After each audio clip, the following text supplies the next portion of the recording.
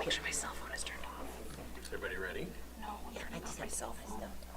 That's okay, you can do it. I would like to call the meeting order. If everybody could please stand for the Pledge of Allegiance. Please turn off. I pledge allegiance to the flag of the United States of America and to the republic for which it stands, one nation, under God, indivisible, with liberty and justice for all. Thank you.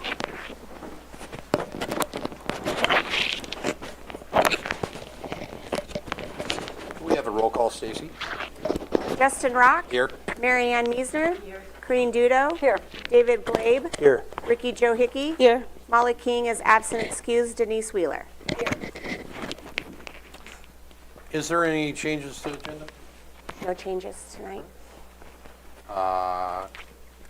I move we accept the consent agenda as presented.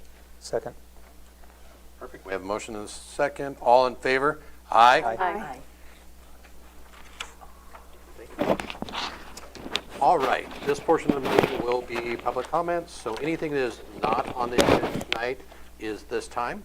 If there is any citizens that would like to step to the podium, you do have a 3-minute time limit, and if you would like to go up there, now is the time.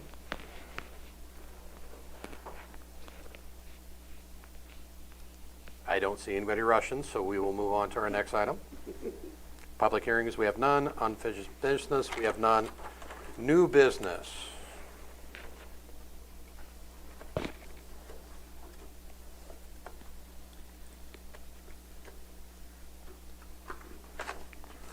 All right, the first one will be considering approval increasing in refused collection fees.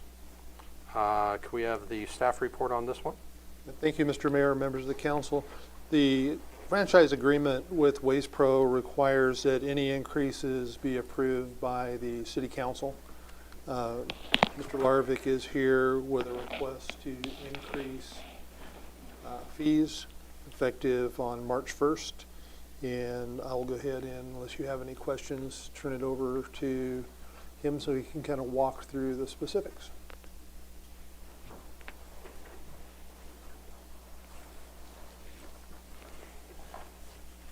Good evening, Mayor and Council. Thank you for having me this evening. I come in front of you to speak about the small rate increase to accommodate the inflationary pressures that we're seeing every year, of course. One of the reasons that you see me so often now, and I know we used to come 5 or 7 years, is that inflation has been, since COVID, has been pretty more aggressive than it has been in the past. You know, so one of the requests has been from both the city and from the county is that I come every year rather than having increases that are less palatable to come and have small increases. It's a lot easier for everyone to be able to do their budgeting. So we're asking for a 2.7%, which is consistent with the 2024 consumer price index. It's looking like overall it translates to about increase about 85 cents per month for an average customer. What is the pressures that we're receiving? Labor is still a strong pressure in our environment. One of the things that really kind of surprised me this year, and I don't know if you guys have seen this, is the FMLA Act has really put a lot of pressure in larger workforces. Before, when I had my workforce, we had people set aside to do vacation work, and then now we have FMLA. So if someone leaves for 3 months, now we have to have that person that used to cover vacations now on for work for 3 months. We have to hire another person to cover those losses. So that's been quite an adjustment for for me to finally decide that this is going to be an ongoing thing. So that's been something that caught me off guard. Equipment, of course, as you know, that the Oregon legislature passed a law to increase the amount of electrical vehicles. They were pushing for every 7, there had to be 7 electric vehicles sold before one diesel or, internal combustion engine was going to be sold. And that was right up to the end of the it went for 1 day, and they finally put it off to 2026. But that's some serious, looking with some serious pressures on that. We don't have, our industry does not have garbage trucks ready for electric. That's just not happening. I'm not against it. I don't have an opinion about it. I'm all about saving the world. I live over here because I love where I live, and I love the trees. But we are not set up for electric garbage trucks. In fact, I don't know of anyone in the industry. I think I know of one truck in Oregon, and they use it for like parades and stuff. Because it takes so much energy to run a garbage truck up and down hill with a full load of trash all day long for 8 hours. And pretty soon the batteries exceed the capacity of the truck. Just something to talk about that we thought that was going to happen, that but put off till 2026 now. What really triggers us into where we're at today is that the Baker landfill has a 10-year contract. Now I can't remember what year we're at in this, but it's a 5% increase every year. January 1st, they increased the tipping fees at the landfill. And that started January 1st. And then, of course, insurance went up again another 20% this year. So, any questions? I appreciate you breaking down all of these drivers of your requests. Yeah. It doesn't seem frivolous. There's real numbers here, and I appreciate that. And it looks like we're right with the proposed change. We're kind of in the middle of what. And I will tell you, those are the numbers are the best I can come up with because every service is a little bit different in each community. Yeah. Both Hermiston and Pendleton are looking for some serious changes. They have not had any recycling. DEQ is making them do recycling this coming year, so they're going to be looking for some large increases coming up. But this isn't out of line with what Right. neighboring communities. Correct. I just offer that because I used to be one of the questions like, well, how do we compare? I'm not using it to sell the point. I just want to, this is where we're at. So you kind of get an overall view of the whole picture. So do you do the rest of the county also? Yes, everyone except for the city of Union Yeah. and North Powder. Oh, And okay. Union Sanitation does both those communities. Okay. And they're following it. They're following right behind us because of the landfill tipping fee increases. I'm not. You can see that the landfill tipping fee is 5%, and we're only asking for 2.7%. But 5%, the tipping fees is not. It's not. It's a large number, but it's not the most weight in the number. Okay. So. I think it's very reasonable. Thank you. Thank you very much. All right, at this time, we will invite public comment. Is there any citizens that would like to speak about this matter? Council. Any council more discussion through the council? I think it's a very reasonable request. Yes, it is. I do appreciate the small increases versus every 5 years asking for a 10% increase or something like that. I think the community could handle that a lot easier. Yeah. Yeah. Do we have a motion? I move that the proposed resolution increasing fees for refuge collection by Waste Pro be read by title only, put to a vote, and passed. We have a motion and a second. Any more discussion needed? At this time, could the city recorder read the proposed resolution by title only? A resolution of the City Council of the City of LaGrande, Union County, Oregon, adopting a household hazardous waste program, authorizing a commingled curbside recycling program, establishing fees for various refuse collection services, including a fuel cost escalator, and repealing Resolution Number 4857, Series 2024. All other resolutions are parts of resolutions in conflict herewith. Thank you. All in favor? Aye. Anybody opposed? We didn't call Darren by his proper title, though. Right. The Galactic Viceroy for Synergistic Excellence. Just in case you wondered if we Yeah. read through the material. Yeah. Thank It's you. okay, I think it's That was fitting. great. All right, so we are going to move on into considering authorizing the supplement budget and appropriation of funds within the fiscal year 2024, 2025 grants and donation funds. And with that, can we have the staff report, please, Heather? Yep. Good evening, Mayor and council members. So what you have before you is request for a supplemental budget. It was determined during this year's audit, which was for fiscal year 23-24, that we did not budget appropriately to transfer funds from grants and donations to the general fund for personnel costs. And the grant is actually a 3-year grant, so of course we budgeted improperly for this year that we're currently in. So this is fixing that. We're not asking for any additional appropriations. It's basically, we just did not appropriate in the proper category. So they're, based on budget law, we have to go through the supplemental budget to move that fund, those funds to the appropriate category. So, any questions? This doesn't, how did this happen? Because this doesn't usually happen. Generally, you don't have personnel costs. So this was something new for me as a finance director. And when we go to budget. Oh, because it had personnel costs within it. You can't Had take it to out be of put in a different line. Correct. Mm-hmm. Okay. Yep. So it's like we do this all the time, but not exactly. Yep. Any other questions? Thank you, Heather. At this time, we'd like to invite public comment. There are none. Councilor discussions? Motion?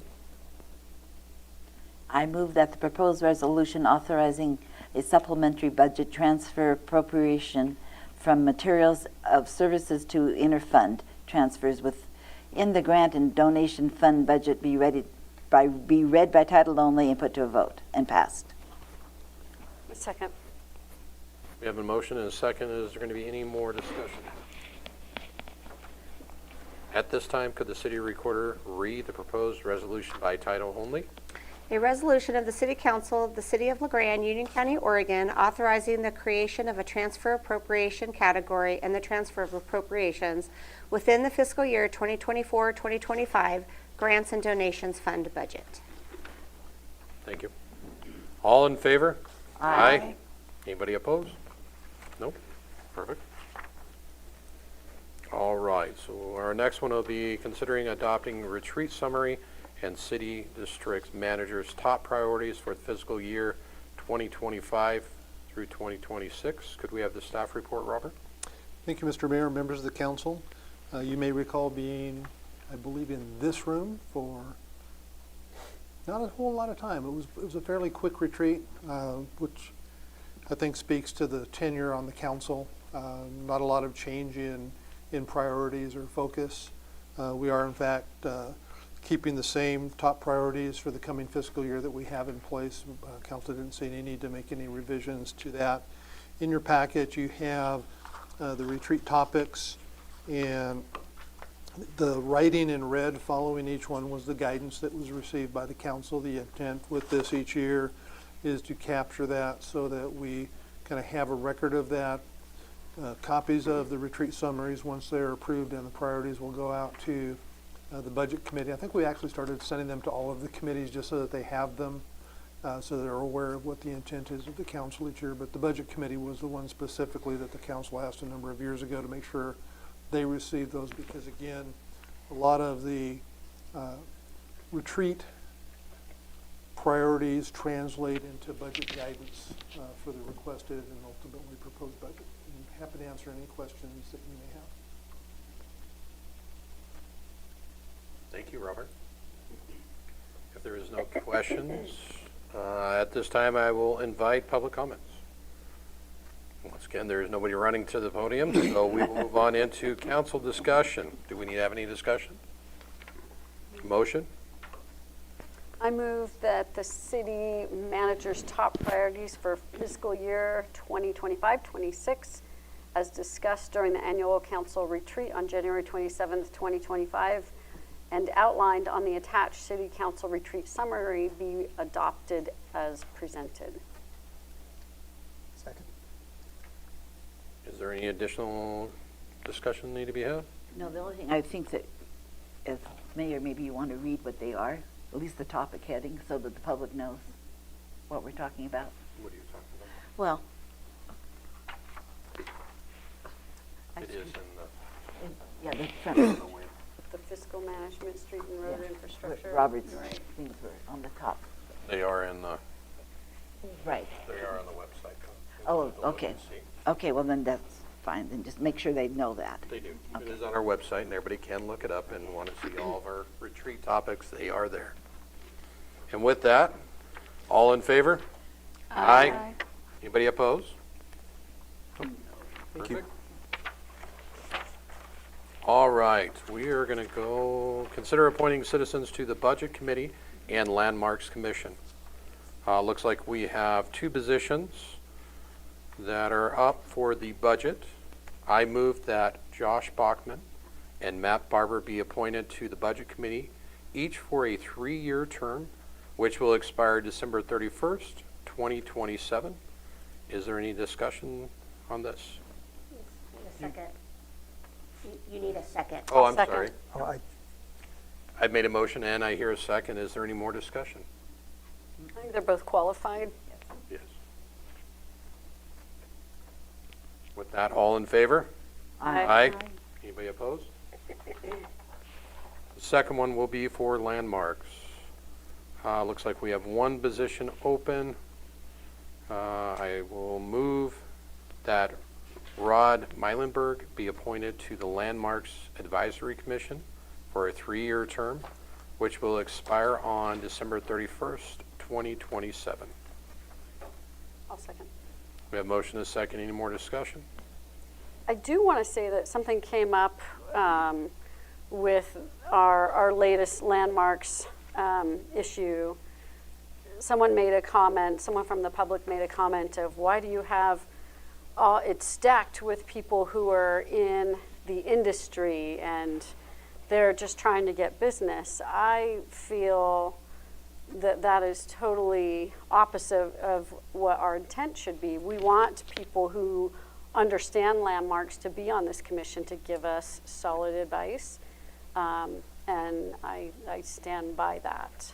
It would be foolish to have someone on the Landmarks Commission who doesn't care or doesn't know about old buildings. I think the best people are going to know the ones that do it. Exactly. So I just wanted to bring that up. Any more discussion? All in favor? Aye. All right. Union County Commissioner update. Commissioner Scarfo.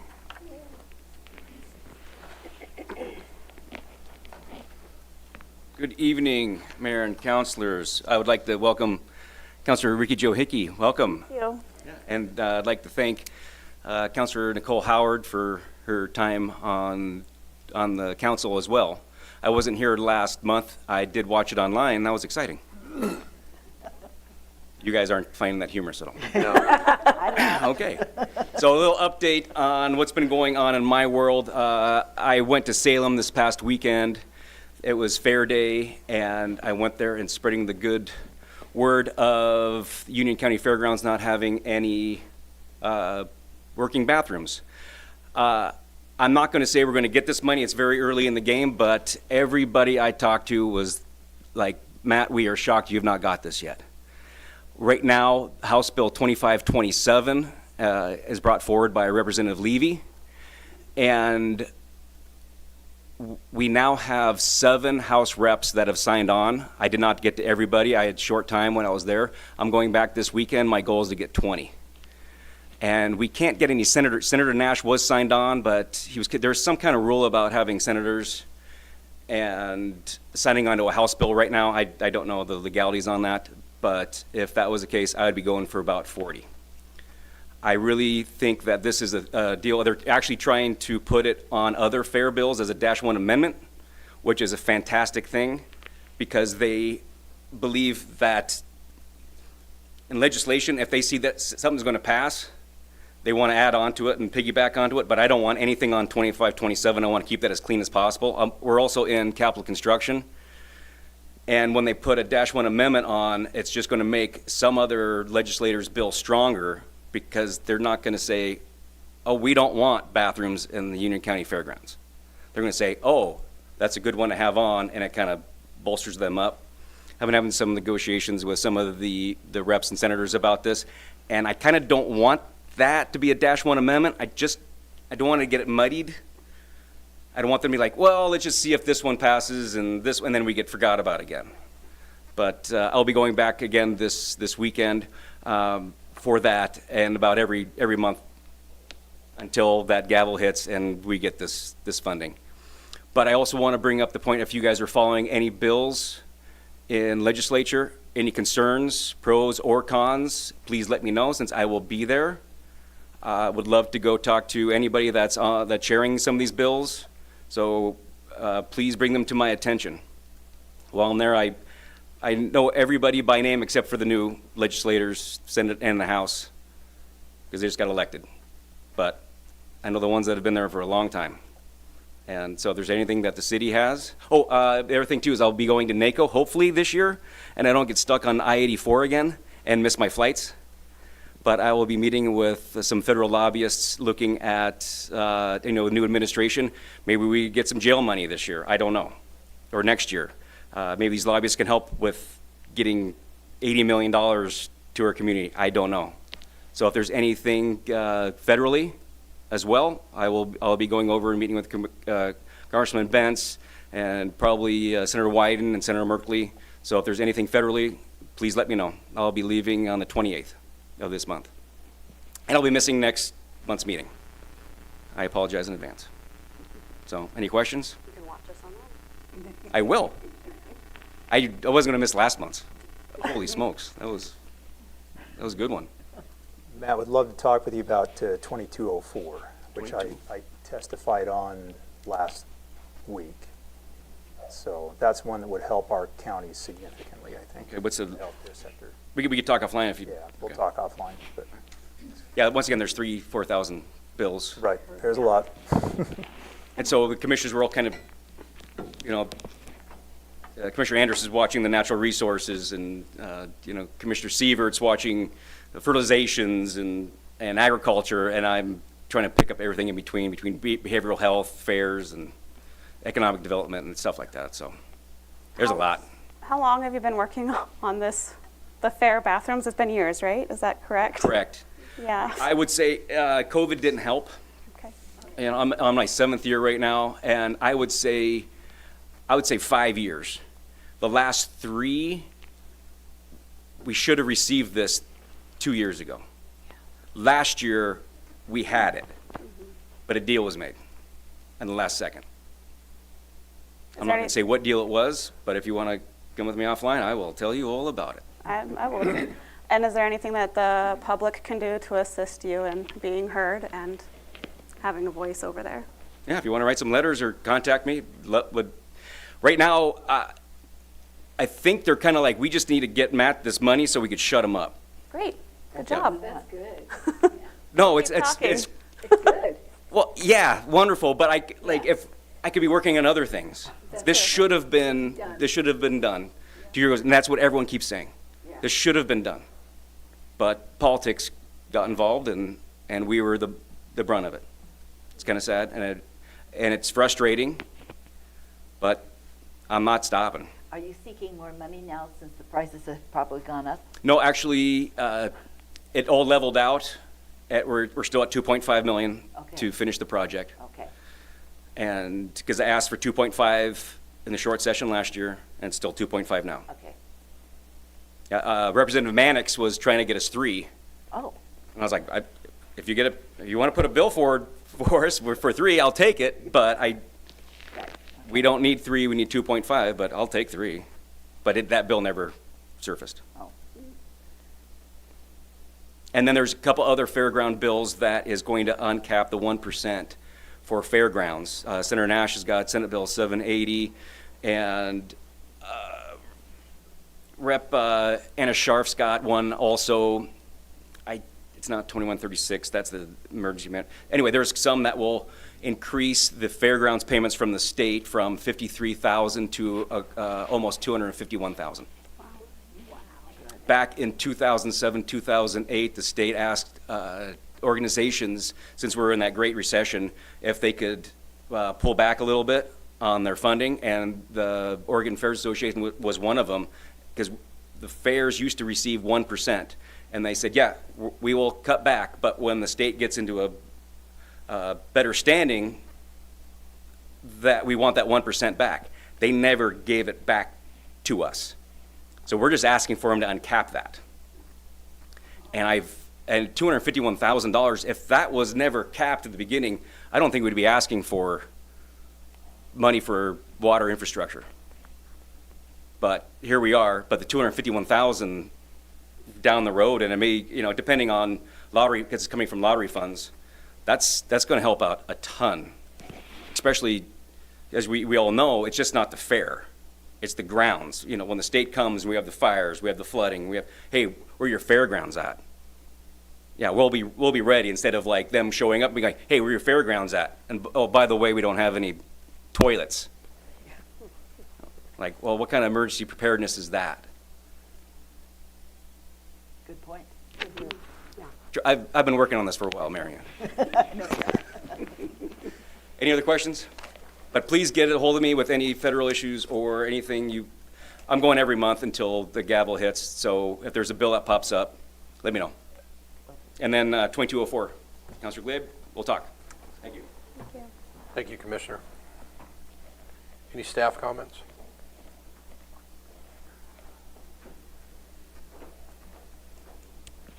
Good evening, Mayor and Councilors. Real quick, I just wanted to let you know that both of our story walks are open now. If you go for a walk when it's snowing, feel free to brush off the snow. We also have a best-selling author, Jess Walter, coming to the library tomorrow morning at 10 o'clock. It's kind of a strange time, but it's when we could get him. This is as a part of the Fish Trap 2025 NEA Big Read that we have every year. We collaborate with Fish Trap in Wallowa County. So we're able to have this best-selling author, Jess Walter, come. He's going to be discussing his book, Cold Millions, and he's written several other bestsellers. He has another one coming out in June. So if you have a chance, stop by and listen in. Thank you. Thank you.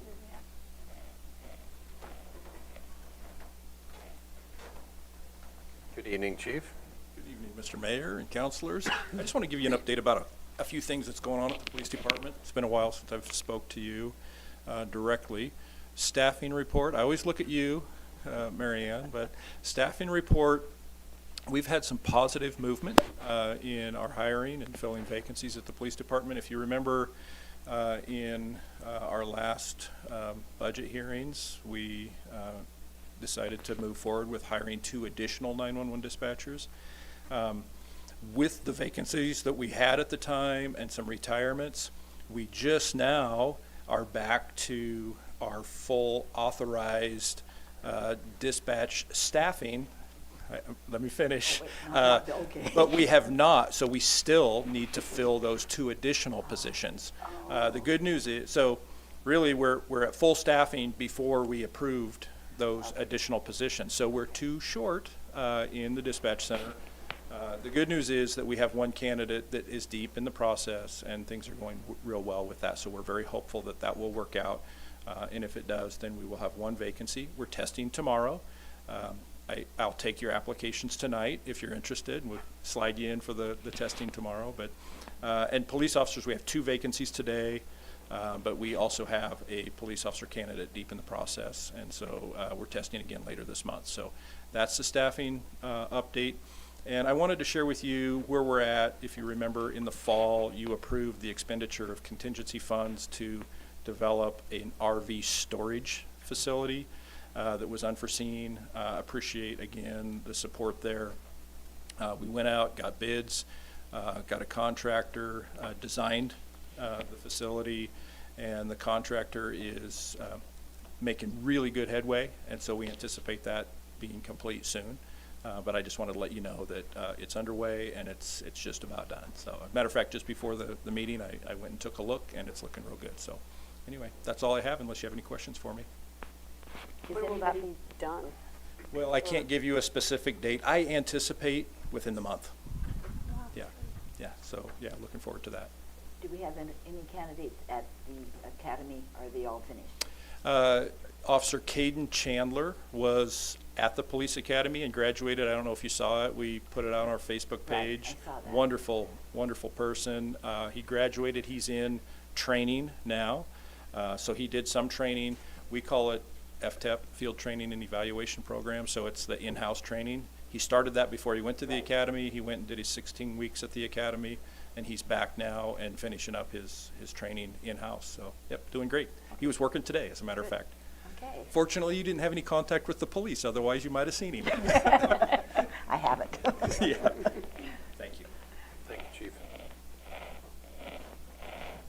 I don't get up here very often because there's never really much to announce from the finance office, but I did want to mention, on Monday, we had Kim Emerson retire. She's been with us for 37 years. So it was a huge loss in our office, and so, yeah, very sad to see her go, but we do have a good handful of qualified applicants so far that we've received in. I think today actually was the deadline, so I plan on doing interviews next week.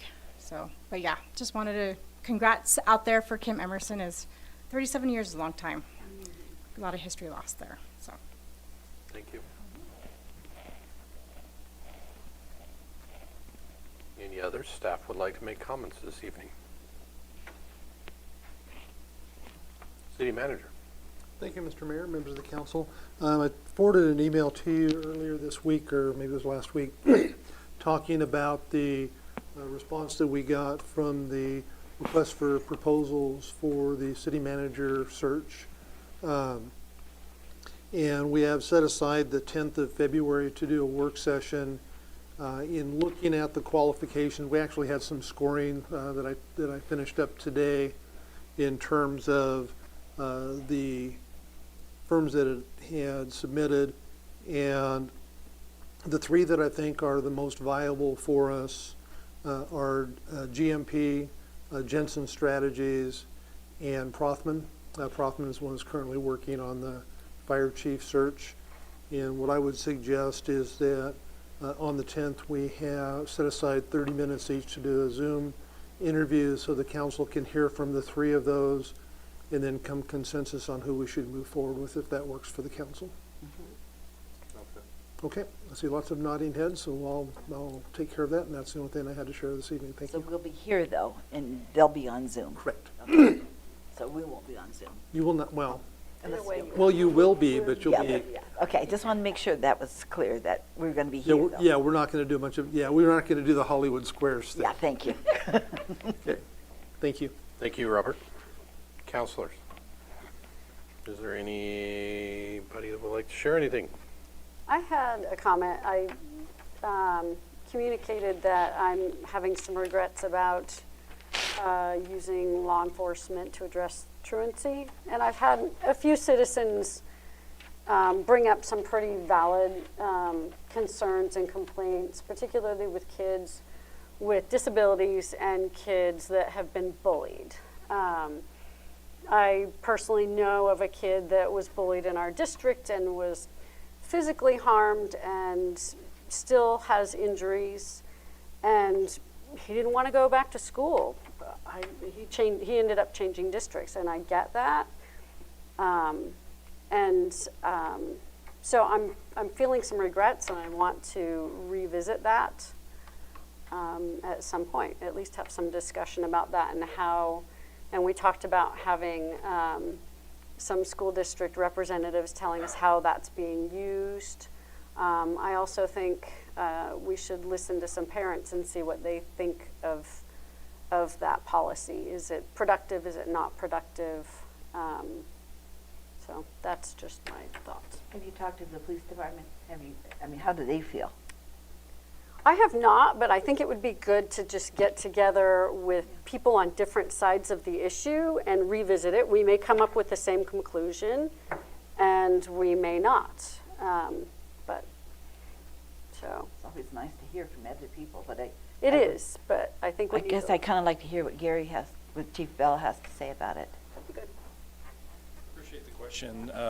Just really a point of clarification. So when we did that, and the city manager might weigh in here, but it really was just the authorizing the county ordinance to be enforceable within the city of LaGrande. And the way that was set up is that our municipal my police department, we're really not involved in the enforcement of that. The school resource officers who are employed by the Union County Sheriff's Office, it's a county ordinance, so we jurisdictionally, we don't have the authority to enforce county ordinances. We would have to be sworn in as deputy sheriffs, so so the police department is not involved in that in any capacity. Does that kind of cover that? Yeah. Yes. And if the council is interested in revisiting it, I would think it would be appropriate to try to schedule a work session. I think that George Mendoza would be a key player in that, to kind of talk about how it's been working from the school district's perspective. I think I sent an email that had some information that he had provided just very briefly to everyone. So really, I think the question I have for the council is there consensus on wanting to move forward to schedule something at this time or not? Yes, from me. Be no for me. I am a parent that has a child who deals with issues in health. And we get letters regularly, and it's very demoralizing. So yes, I would really love to revisit it. I'm really kind of on the table, on the fence on this one, I don't know. Dave? I mean, I'm hearing Chief Bell saying that they're really not involved, so I don't know why we would want to do that. I would want to know more what that looks like. I mean, it sounds like what you're maybe proposing, Corrine, is bringing in different parties to get, perspectives on that. Is that more appropriate as a work session or as a, maybe a more public council? I don't know what that looks like. I think I'd want maybe some of your thoughts there, Robert, on the best format for something of that nature. If we're looking for just maybe a simple like accounting report, how's this working? What does this look like, versus inviting parties with probably different viewpoints to the table. So. Well, and perhaps I should have framed it a little bit better from the start. This is at its core a school district initiative. And if people are concerned about how that policy is being enforced, the school board has the oversight, and the superintendent is the one that implements that. And so I would encourage, as people approach you, to also have them talk to the school district. Yeah, they're engaged. They're not getting a lot of response. And so our role in this was, as the chief pointed out, to allow the enforcement of the ordinance within the city limits, which does not include all of the schools within the district. And so maybe an interim step would be ask the superintendent to come and just provide an update to the council to maybe answer some of your questions and determine whether or not it warrants doing something further. So that's just my added 2 cents. I just want to make sure we made the right decision for our community. But I think Robert's right. I think it is a school board issue. Oh, it It's is. not- And so I think it would be nice to hear from him maybe. But, yeah, I just want to know if we're supporting something that is being used appropriately. I certainly wouldn't mind a report just on maybe what they've seen and how that has materialized since it was done. But I'm not sure I'm ready for a full work session on it. I could agree with Does that sound like maybe a reasonable Yeah, I don't think we need a compromise there if we just ask for a report, maybe a little accounting for how that has looked within the city of LeGrand? I think that's a good step. Okay. Thank you.